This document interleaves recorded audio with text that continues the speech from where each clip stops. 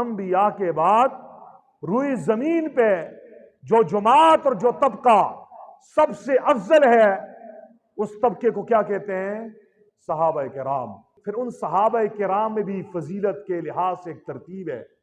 پہلا نمبر ابو بکر کا ہے، پھر عمر کا ہے، پھر عثمان کا ہے، پھر علی کا ہے، پھر 1,24,000 صحابہ کرام میں شرکائے بدر کا ہے، پھر احد والوں کا مقام ہے، پھر بیت رضوان والوں کا مقام ہے، جنہوں نے اللہ کے نبی کے ہاتھ پر کیکر کے درخت کے نیچے عثمان کے خون کا بدلہ لینے کے لیے بیعت کی تھی، پھر ان کا مقام ہے، پھر فتح مکہ سے پہلے اسلام لانے والوں کا مقام ہے، پھر فتح مکہ کے بعد اسلام لانے والوں کا مقام ہے۔